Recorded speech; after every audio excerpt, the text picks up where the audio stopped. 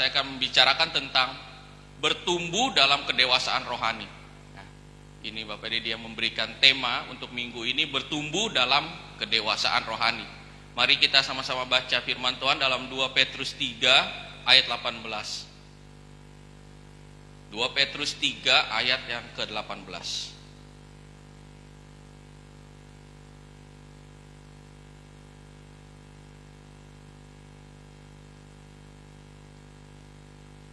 Kita sama-sama baca firman Tuhan ya.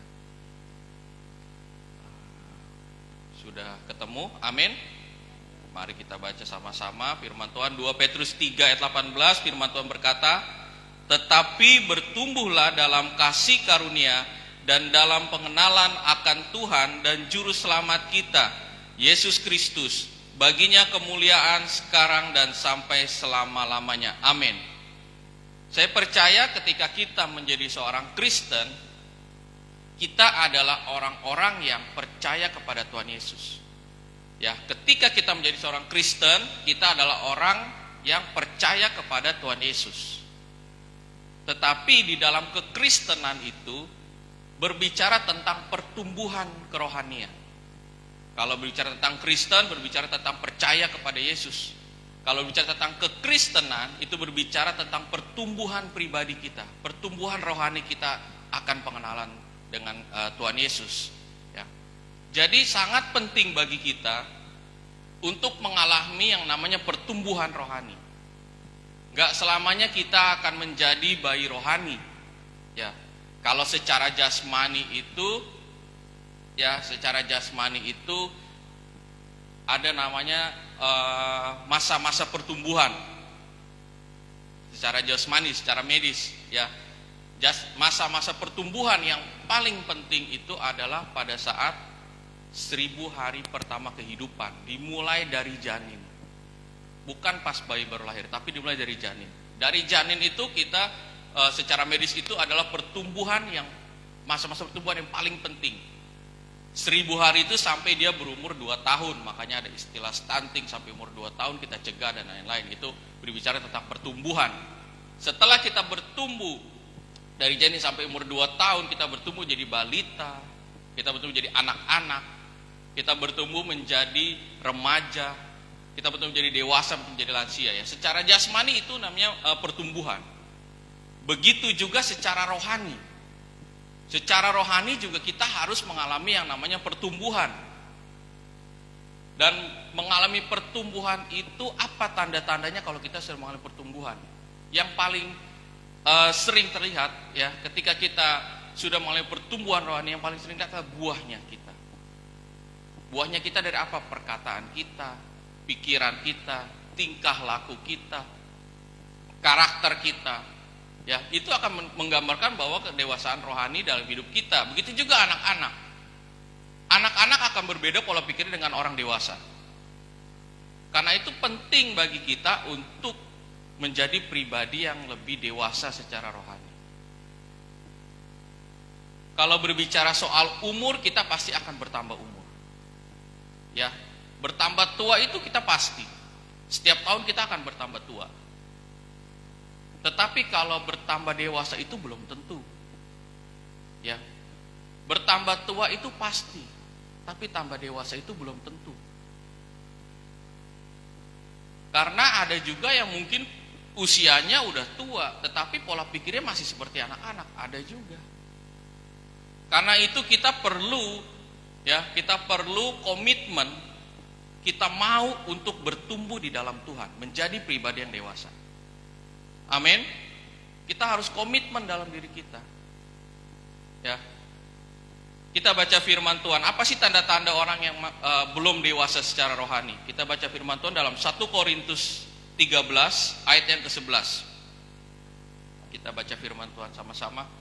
1 Korintus 13 ayat yang ke-11. Oke, sudah ada. Kita bisa baca sama-sama. 1 Korintus 13 ayat yang ke-11, firman Tuhan berkata, "Ketika aku kanak-kanak, aku berkata-kata seperti kanak-kanak. Aku merasa seperti kanak-kanak, aku berpikir seperti kanak-kanak. Sekarang sesudah aku menjadi dewasa, aku meninggalkan sifat kanak-kanak itu." Firman Tuhan udah tulis. Ya. Tanda-tanda belum dewasa apa? Aku berkata-kata seperti anak-anak. Aku merasa seperti kanak-kanak dan aku berpikir seperti kanak-kanak. Ya. Kadang-kadang kalau kita lihat, bukan kadang-kadang ya, anak kecil itu kalau kita lihat itu lucu. Ya. Mungkin KJS yang ada bayi, mungkin ada yang anak kecil. Kita lihat itu lucu. Kadang dia ekspresi marah, kita rasa dia lucu. Kita lihat dia lucu. Dia ekspresi manyun, kita lihat dia lucu. Malah seringkali kita yang mencoba kayak, gimana muka manyunnya gimana? Nah, ketika dia buka manyun kita lihat, oh lucu, kita ketawa. Coba orang dewasa, ya suami istri. Suami baru pulang kerja capek, istri manyun di rumah, lucu nggak kira-kira? Masih muda-mudi, masih pacaran, lagi ketemu, lagi meet mood, tiba-tiba manyun, baru ketemu udah manyun, lucu nggak? Ya, akhirnya bukan lucu, menjengkelkan, bikin emosi, bikin marah. Ya, anak kecil kita buat-buat, ayo marahnya gimana? Dia marah, kita lihat lucu. Tapi coba orang dewasa, marah dari A sampai Z, terakhir bukan lucu, akhirnya kita emosi. Jadi penting bagi kita itu untuk bertumbuh menjadi dewasa. Ya, kita bukan lagi anak-anak. Ya. Kalau anak-anak itu berkata-kata, yang pertama berkata-kata seperti anak-anak, ya. Anak-anak itu kalau berbicara itu polos apa adanya. Seringkali bahkan ketika dalam suatu rumah tangga, mungkin saudaranya, mungkin kakaknya, mungkin orang tuanya, atau mungkin tokohnya, atau mungkin siapapun, misalnya dia berkata-kata kasar, anak-anak itu nggak ngerti. Akhirnya dia cuma ngikutin doang. Karena apa? Dia belum ngerti dan dia belum bisa mempertanggungjawabkan apa yang dikatakan dia. Itu kanak-kanak. Nah, kita orang dewasa tidak boleh seperti itu. Kalau kita sudah dewasa secara rohani, ya, kata-kata yang keluar dari kita adalah kata-kata yang mengucapkan berkat. Kata-kata yang positif, perkataan Tuhan. Dasarnya apa? Firman Tuhan yang kita katakan. Ya, kata-kata yang kita keluarkan bukan makian, kata-kata yang kita keluarkan bukan fitnah. Kata-kata yang kita keluarkan bukan dusta, bukan berbohong. Tetapi kata-kata firman Tuhan yang kita keluarkan yang selalu menjadi berkat bagi orang lain. Amin. Dimanapun kita berada, keluarga kita diberkati oleh perkataan kita. Ya, seorang istri, suaminya merasa diberkati, merasa nyaman di rumah, merasa damai di rumah. Karena apa? Karena perkataan dari istri kita. Ya, begitu juga seorang istri nyaman di rumah, ya, merasa damai, ada shalom Allah di rumah karena perkataan dari suami. Tentu dasarnya adalah harus menjadi pribadi yang dewasa secara rohani. Anak-anak juga demikian. Anak-anak ketika di rumah merasa nyaman, merasa damai kalau orang tuanya memperkata-katakan hal yang positif, hal yang firman Tuhan, hal yang memberkati anak itu. Ya, kalau misalnya anak-anak merasa dalam tekanan ketika di rumah, seringkali anak-anak rasanya mau lari. Ya, saya sering bilang bahwa sekarang zaman media sosial yang sangat jahat menurut beta karena mengajarkan hal-hal yang harusnya tidak boleh dianggap wajar karena suatu kondisi tertentu. Ya. Sampai setiap ada kasus-kasus bunuh diri pun ada beberapa komen-komen yang masih bilang itu hal yang wajar. Berarti dia betul-betul menyatakan bahwa dia itu betul-betul cinta mati sama pasangannya. Oh, itu bahaya, mengubah paradigma pikiran-pikiran berdasarkan firman Tuhan kepada setiap orang-orang yang belum kuat, dasarnya belum kuat.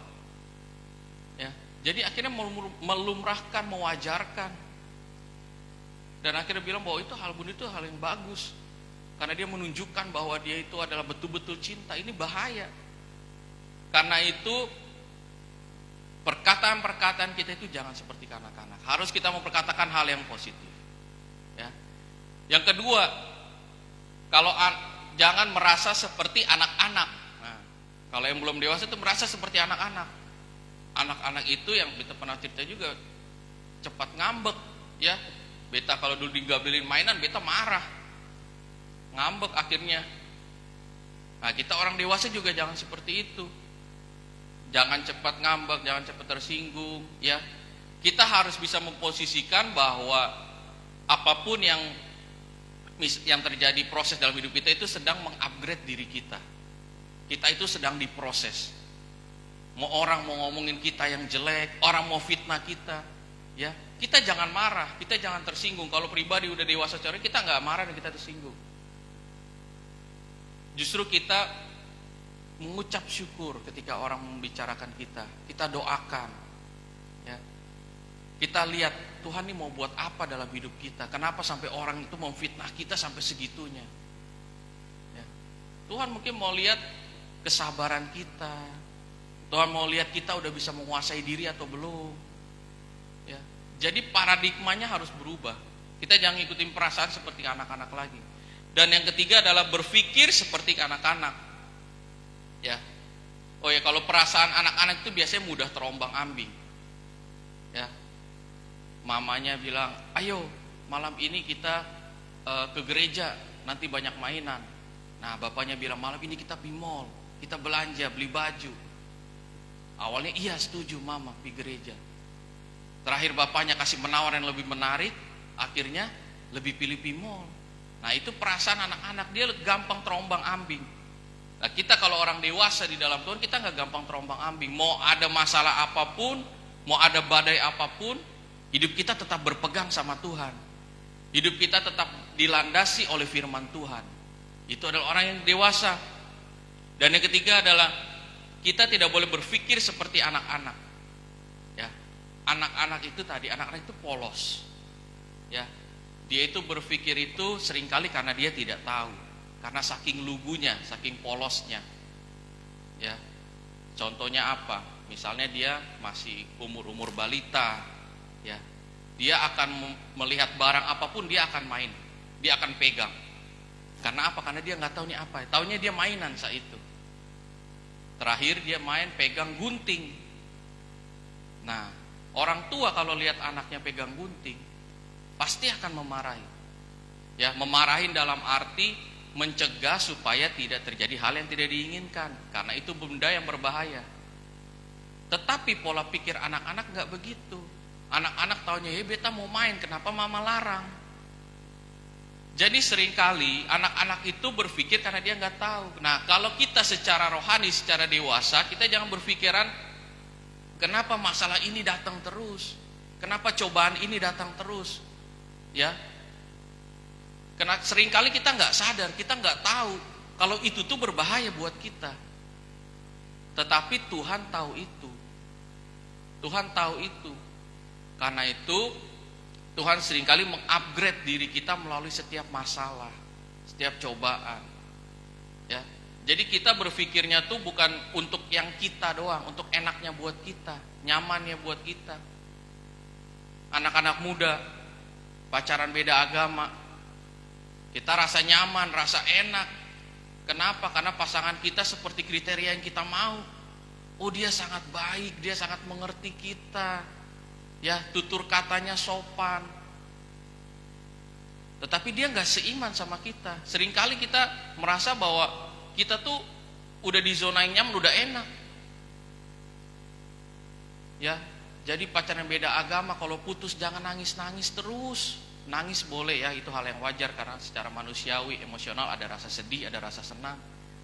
Tetapi jangan kita terlarut dalam kesedihan itu. Ya. Tuhan bilang bukan ini yang terbaik.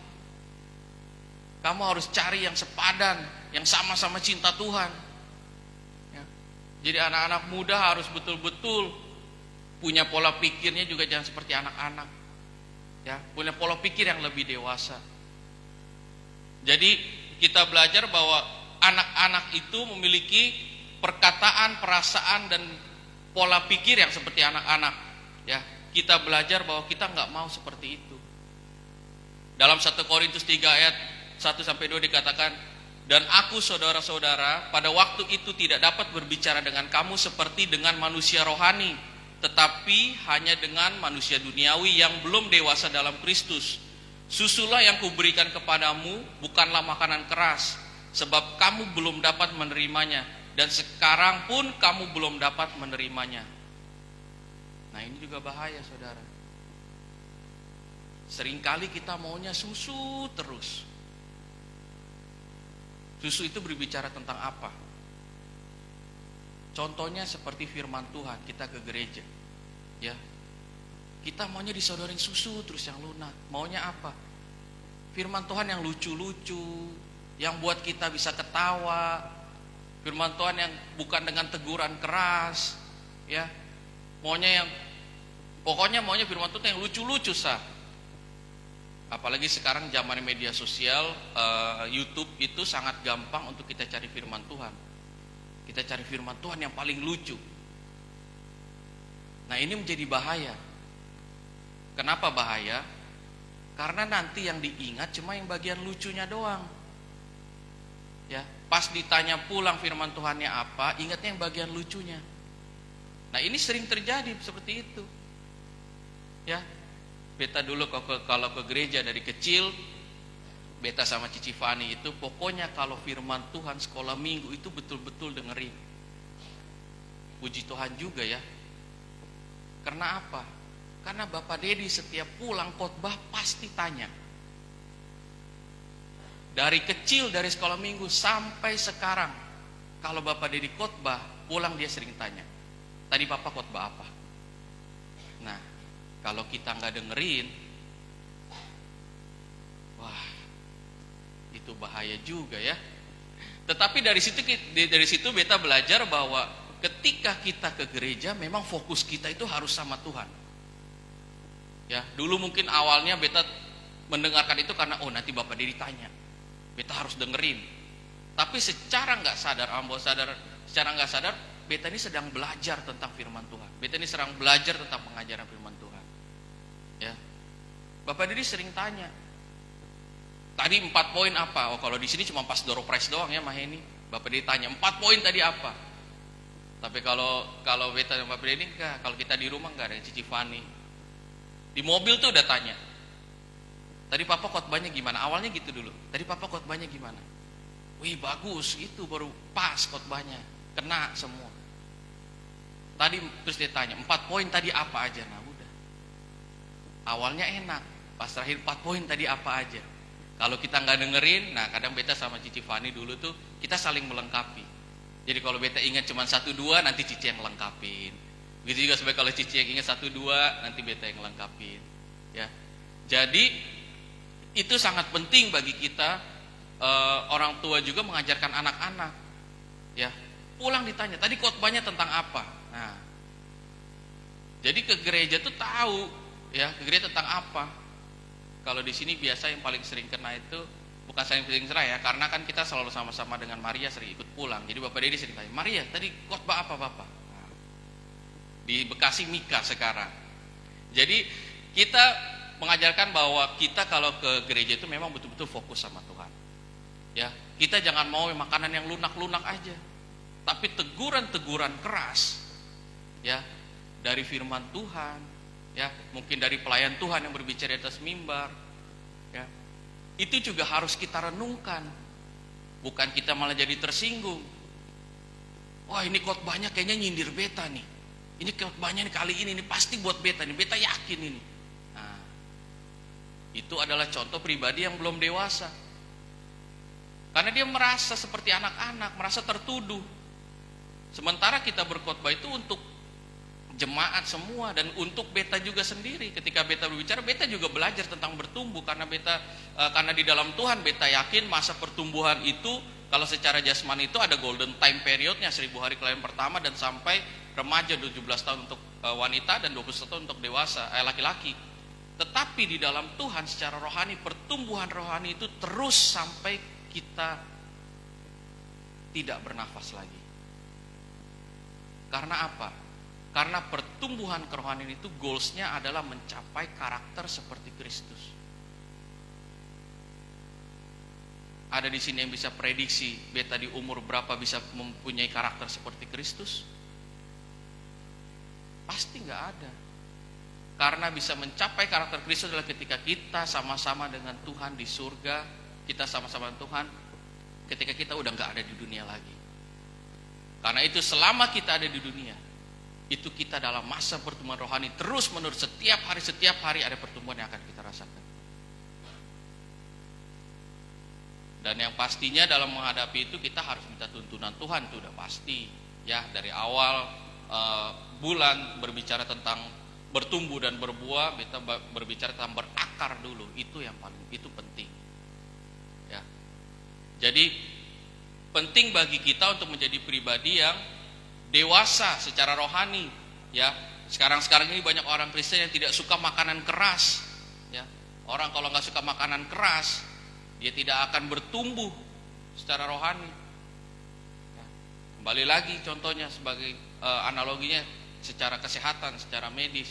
Ya, ASI itu diberikan, ASI eksklusif itu diberikan 6 bulan pertama. 0 sampai 6 bulan itu ASI full. Secara medis ASI full akan memenuhi 100% kebutuhan nutrisinya bayi selama 6 bulan.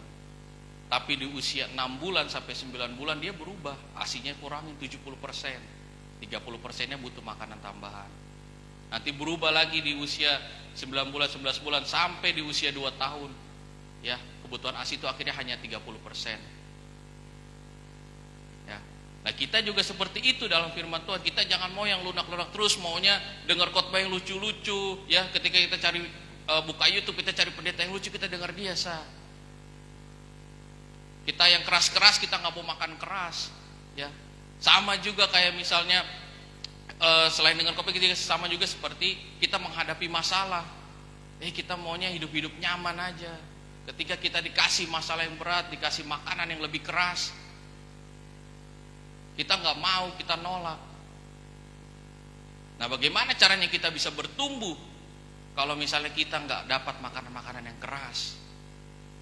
Ya, kita nggak dapat masalah-masalah. Bagaimana kita bisa bertumbuh secara iman, secara pelayanan? Ya, iman kita bertumbuh itu karena pendengaran akan firman Tuhan. Karena kita mendengarkan firman Tuhan, dasar hidup kita firman Tuhan. Ketika kita ada masalah, kita tetap beriman kalau Tuhan tetap sama kita. Kita beriman kalau kita dapat melewati masalah ini. Kita beriman bahwa ada pelangi yang indah yang menunggu kita setelah masalah ini, setelah hujan yang lebat ini.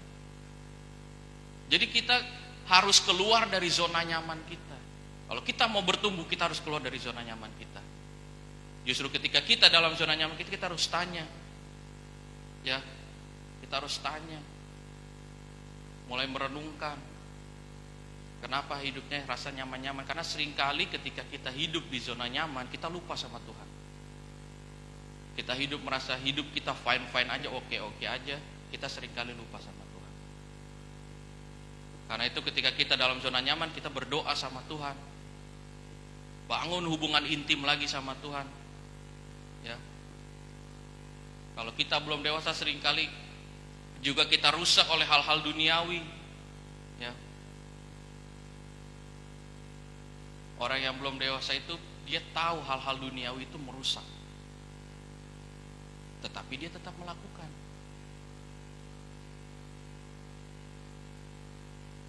Contohnya apa? Minum alkohol. Tahu merusak, tahu itu dosa, tapi tetap dilakukan. Merokok, tahu itu dosa, tahu itu nggak baik buat kesehatan, tapi tetap dilakukan. Ya, berbohong, memfitnah, memaki, dendam, amarah. Dia tahu itu hal-hal duniawi semua. Melawan keinginan daging, itu adalah keinginan daging semua. Tetapi tetap dilakukan.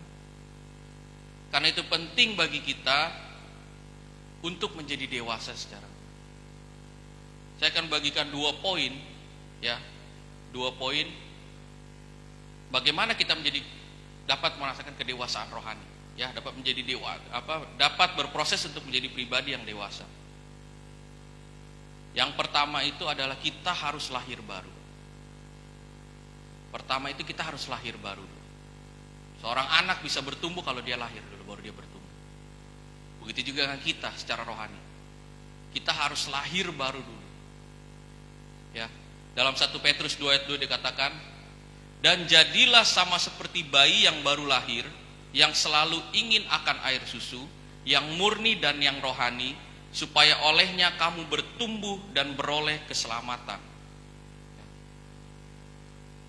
Kita harus lahir baru dulu. Setelah kita lahir baru, kita akan rindu air susu dan yang rohani. Firman Tuhan katakan, ya, supaya kita bertumbuh dalam roh. Gak cuma secara jasmani aja, ya. Kedewasaan rohani berbicara tentang pertumbuhan. Ya. Secara jasmani kita bertumbuh dari bayi, balita, anak-anak, dewasa. Begitu juga secara rohani kita, Yesus katakan. Kita harus memiliki komitmen, kita mau bertumbuh. Kita harus lahir baru dulu. Kita nggak bisa bertumbuh kalau kita belum lahir baru. Lahir baru berbicara tentang kita meninggalkan kehidupan kita yang lama, kebiasaan kita yang lama, pertobatan. Ya, itu lahir baru. Jadi kita betul-betul harus lahir baru dulu. Baru kita bisa bertumbuh. Dan kita bertumbuh dulu, baru kita bisa berbuah. Kalau kita mau berbuah, nggak mungkin kalau kita melewati fase bertumbuh, nggak mungkin. Kita harus bertumbuh dulu, baru kita bisa berbuah. Ya. Air susu yang murni itu berbicara tentang apa? Berbicara tentang firman Tuhan, kebenaran Tuhan. Jadi kita semakin haus, semakin lapar akan air susu yang murni. Setiap hari kita mau haus tentang firman Tuhan, haus tentang kebenaran Tuhan. Hidup kita dibangun oleh dasar firman Tuhan. Ya. Sekali lagi saya katakan, menjadi tua itu pasti, bertambah umur itu pasti. Tetapi menjadi dewasa itu adalah sebuah pilihan. Sekarang tinggal kita pilih. Kita mau menjadi pribadi dewasa atau enggak? Saya berdoa kita semua pasti mau menjadi pribadi yang dewasa, pasti. Gak mungkin ada yang mau menjadi anak-anak terus. Capek juga kan? Orang ada omongnya sedikit kita tersinggung. Orang ada sedikit kita marah. Hidup kita masih maki-maki orang. Capek juga kita lama-lama. Marah-marah terus, marah itu capek atau enggak? Capek. Itu menguras energi kita. Secara jasmani juga ngomong begitu, secara medis juga gitu. Marah-marah itu menguras jasmani dan emosi sekalian satu kali. Jadi secara fisik juga, secara mental juga. Ya. Makanya kenapa kalau orang marah-marah langsung nadinya meningkat?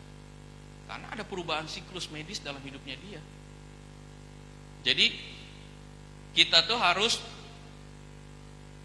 memilih, punya pilihan bahwa kita tuh mau menjadi dewasa. Ya.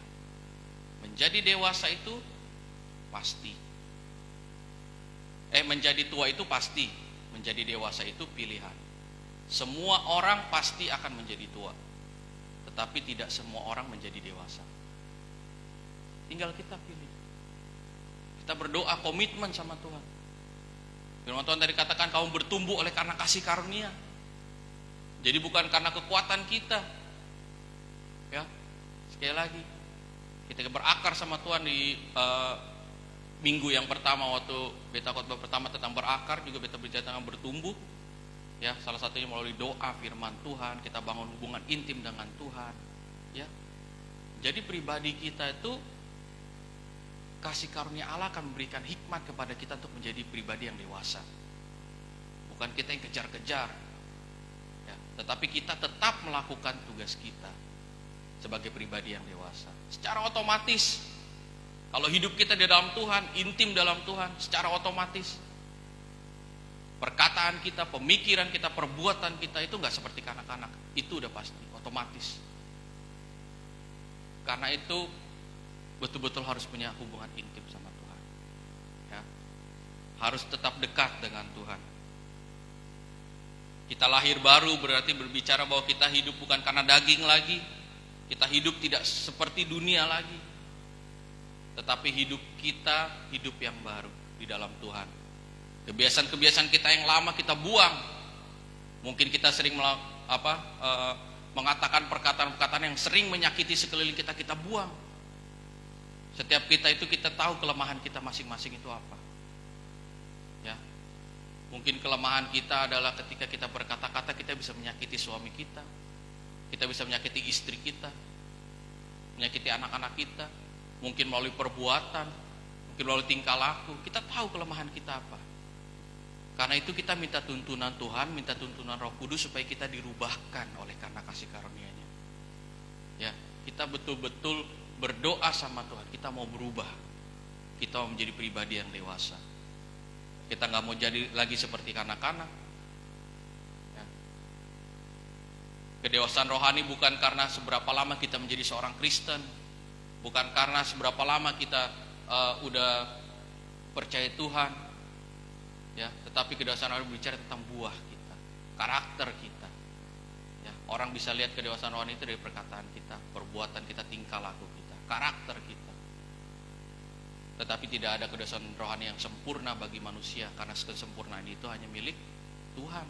Karena itu sepanjang umur kita, seumur hidup kita, kita terus berusaha untuk menjadi pribadi yang dewasa. Amin. Jadi yang pertama itu adalah kita lahir baru, ya. Untuk menjadi pribadi yang dewasa kita harus lahir baru terlebih dahulu, baru kita bisa menjadi dewasa. Yang kedua, kita harus menghidupi firman Tuhan dalam hidup kita. Ya, setelah kita lahir baru, kita menghidupi firman dalam hidup kita. Ya. Dalam 1 Timotius 4 ayat 12 firman Tuhan berkata, "Jangan seorang pun menganggap engkau rendah karena engkau muda. Jadilah teladan bagi orang-orang percaya dalam perkataanmu, dalam tingkah lakumu, dalam kasihmu, dalam kesetiaanmu, dan dalam kesucianmu." Seringkali anak-anak muda itu merasa bahwa beta ini masih muda, biar yang orang tua duluan aja, beta ini masih belum bisa. Ya, firman Tuhan katakan, janganlah seorang pun menganggap engkau rendah karena engkau muda. Kita jangan rendah diri karena kita merasa kita masih muda, kita nggak bisa apa-apa. Ya. Justru di masa muda kita itu kita harus menjadi teladan bagi orang-orang percaya. Kita harus menjadi teladan bagi banyak orang melalui perkataan kita, perbuatan kita. Ya. Anak-anak muda di lingkungan kerja, di lingkungan sekolah, di lingkungan kampus, di lingkungan kuliah, kita harus menjadi contoh bagi mereka. Justru di masa muda kita itu kita punya peluang besar, kesempatan besar untuk kita menjadi berkat. Karena apa? Karena banyak pergaulan anak-anak muda yang hancur, yang rusak di luar sana. Sangat banyak.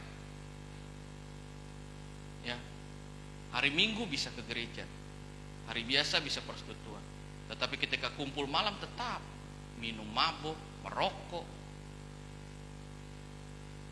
berjudi. Sekarang lagi maraknya judi online, di mana-mana judi online. Ya. Banyak rumah tangga yang hancur karena judi online. Jadi betul-betul anak-anak muda itu harus jadi berkat. Seringkali kalau kita menghadapi orang yang judi online itu susah ya. Beta Pukawan juga ada yang dia memang terikat akhirnya dengan judi online. Dan pendekatannya pun susah kalau ke mereka. Kita bilang, "Woi, lu jangan judi lagi, tuh nanti uang lu habis." Template jawaban yang paling sering apa? "Kok itu uang gua?" Kita mau masuk lagi susah. Terakhir giliran dia udah bangkrut, kita bilang, "Nah itu tuh, gua udah bilang, uang lu pasti habis." Baru dia mulai pinjam uang dulu. 100.000, 200.000. Kalau kita nggak kasih, bilang, "Wih, pelit banget lu jadi teman." Nanti giliran kita kasih, buat judi lagi. Kita minta kembaliin, jawabannya sama, template lagi. "Kok 100.000 selalu pakai batagi nih?" Itu template menghadapi orang yang judi online itu begitu. Ya, karena itu kita anak-anak muda harus bisa jadi berkat bagi orang-orang. Kita harus bisa memberikan kabar baik, kita harus memberikan nasihat, masukan yang baik untuk dia. Ya. Seorang suami juga jangan terikat sama judi online, karena itu akan merusak hubungan keluargamu.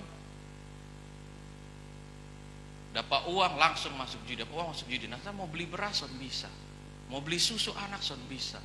Uangnya lari di mana? Judi online. Kalau di sini judi apa nih? Beta dulu awal tahun nih. Tebak nomor ya. Pokoknya tebak nomor itu. Beta awal tuh sih, beta kaget. Itu apa?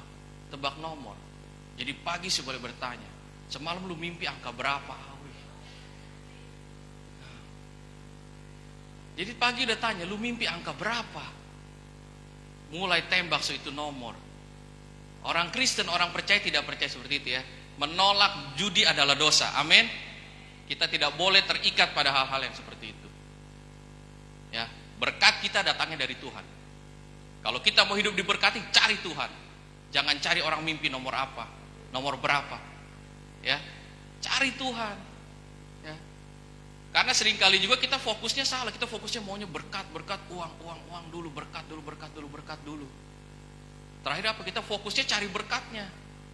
Segala cara yang penting kita diberkati Tuhan. Ya. Lebih bahaya lagi, udah tembak nomor tembus, bilang terima kasih ini berkat Tuhan. Wah, itu bahaya, saudara. Udah kebolak-balik pikirannya semua. Ya, mindsetnya sudah berubah. Jadi kalau kita anak-anak Tuhan, kalau kita mau diberkati Tuhan, cari Tuhan. Ya. Anak-anak Tuhan kalau mendapatkan pasangan yang baik, pasangan yang cinta Tuhan, cari Tuhan dulu. Ya. Mau dapat pekerjaan yang baik, mau dapat studi masa depan yang baik, cari Tuhan. Tetap cari Tuhan dulu, baru Tuhan buka jalan semuanya. Ya. Percaya dengan iman, Tuhan pasti buka jalan. Tentu dengan kita juga berdoa, kita juga bekerja, ya. Kita mau cari pekerjaan, doa minta sama Tuhan pekerjaan yang baik. Sambil kita juga buat siapin CV kita, masukin lamar kerja kemana-mana. Ya, baru Tuhan yang kerjakan itu. Anak-anak masa studi, kalau kita mau dapat nilai yang baik, berdoa minta tuntunan Tuhan, minta hikmat ketika belajar, tapi belajar juga. Mau nilainya baik tapi nggak belajar, ya itu juga nggak benar. Ya, jadi mengatakan belajar dan berdoa, bekerja dan berdoa. Ya, kita jangan hanya ini menyepelekan akhirnya sudah kita nggak usah juga, nggak juga begitu. Ya, tetapi kita harus betul-betul andalkan Tuhan. Tuhan dulu yang pertama. Orang pribadi dewasa rohani, dia mengandalkan Tuhan. Apa-apa pokoknya Tuhan duluan. Ya, ke gereja pun yang dia lihat Tuhan, bukan siapa yang WL, bukan siapa yang aser, bukan siapa yang main musik, bukan siapa yang bawa firman. Ya, orang yang udah dewasa secara rohani itu carinya Tuhan. Kalau yang belum dewasa kebalikannya. Wih, jangankan pengkhotbah, dari aser saja dia sulit. Wih, aser dia lah, beta lihat dia muka, saya beta sumalas, beta mau pergi gereja. Nah, itu menandakan kalau dia belum dewasa secara rohani. Ya, jadi kita sekarang ini kita harus menjadi pribadi yang rohani, yang dewasa. Kita nggak mau lagi seperti kanak-kanak. Kita yakin ketika kita semua menjadi pribadi yang dewasa, kita sama-sama bertumbuh, gereja kita juga akan hidup. Ya, amin. Ketika jadi pribadi dewasa semua bertumbuh, ya, nama Tuhan yang dipermuliakan, gereja kita akan hidup. Perkataan kita membawa berkat.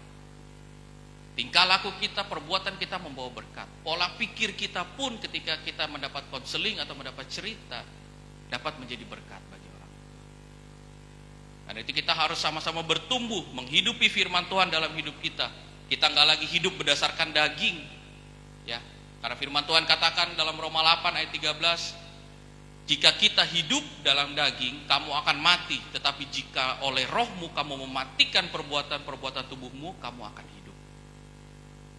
Karena itu pagi ini saya ingin katakan bahwa mari kita sama-sama bertumbuh di dalam Tuhan. Kita semua tanpa terkecuali, termasuk kita juga. Kita sama-sama belajar, kita sama-sama mau bertumbuh, komitmen, bertumbuh dalam rohani, menjadi pribadi yang dewasa, tidak mau mudah marah, tidak mau mudah tersinggung, ya, tidak lagi memperkatakan hal-hal yang negatif, tidak lagi mengeluarkan cacian, makian, tetapi kita sama-sama menjadi pribadi yang dewasa. Kita lahir baru dan kita mau menghidupi firman dalam hidup kita. Amin. Demikian firman Tuhan, kiranya kita semua diberkati oleh kebenaran firman.